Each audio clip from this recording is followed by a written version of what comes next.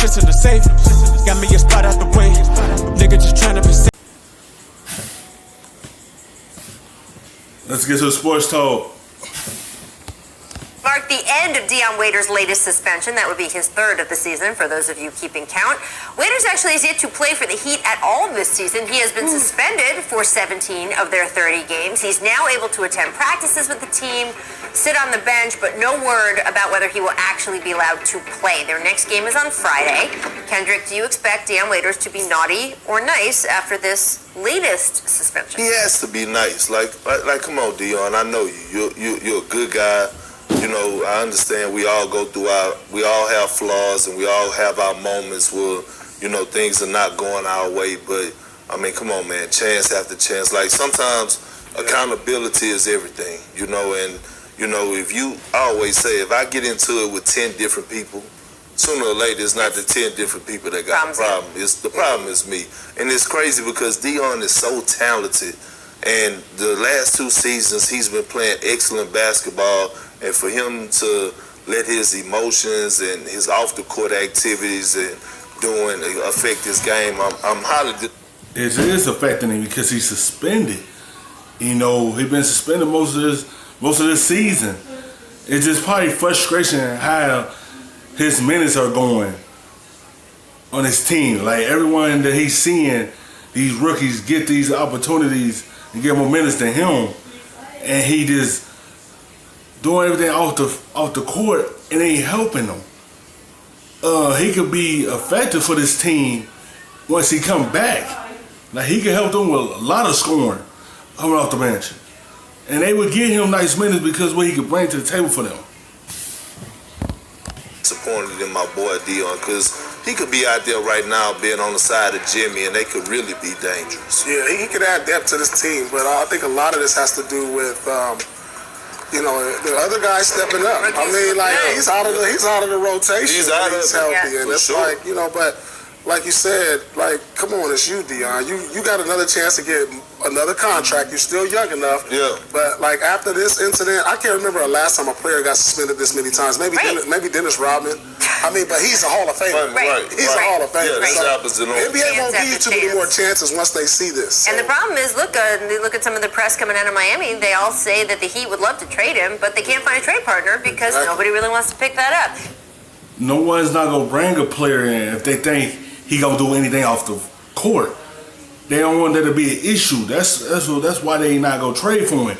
If he wasn't doing none of this off the court stuff, people bring him in because they need that scoring off the bench. They need that type of caliber of scoring to help their team out off the bench. He could be a prime example to help them out to win games and help them out with a lot of scoring.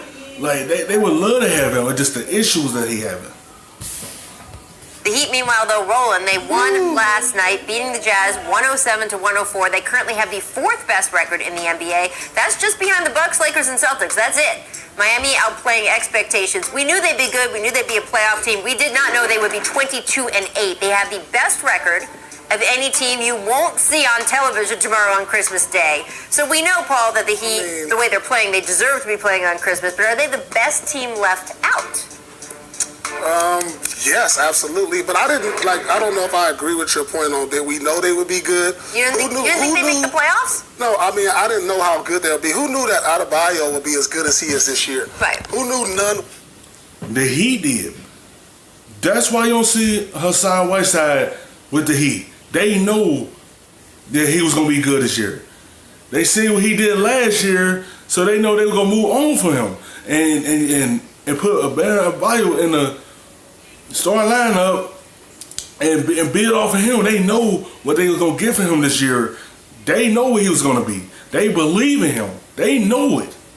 So they moved on for Whiteside and moved him to Portland because they like what Bam did for them. And everyone just know who they are. Step up like he is. Who knew Hero? You know, they got 3 guys that you just didn't know what to expect from them coming into the season, and they all are stepping up and making this team a serious threat in the Eastern Well, just Conference. remember, though, this team did not make the playoffs last year in the East, exactly. right? So that will tell you where they were. I know and then you knew they got Jimmy Butler, so you knew they would be better. We talked about that all summer. This good, though. No one knew they would be this good. Seeing the rookies, no one knew all that stuff was going to happen. No, but listen, one thing about it is that you have to give credit to the Heat organization because, for one, I'm going to touch on this subject, and I said it last time we was on the jump, Rachel. Current Rich Gray, who was Kendrick Nunn's first agent, he told me that he talked to majority of the GMs and that they said Kendrick Nunn would never be an NBA player. And here it is, Pat Riley and the organization took a chance on him. That's what happens when you don't believe in a player and then another team pick him up and he see that team believe in him, he have a chip on his shoulder. They told him he would never play in the NBA and Miami gave him a shot and look what he giving them. Great production in the starting lineup. He doing everything for the Heat, and that's what he like about him. When he bring tenacity to this team as well. And everyone say he wouldn't play. These GMs ain't believe in him. I know now they eating crow now because they looking like we should have gave him a chance.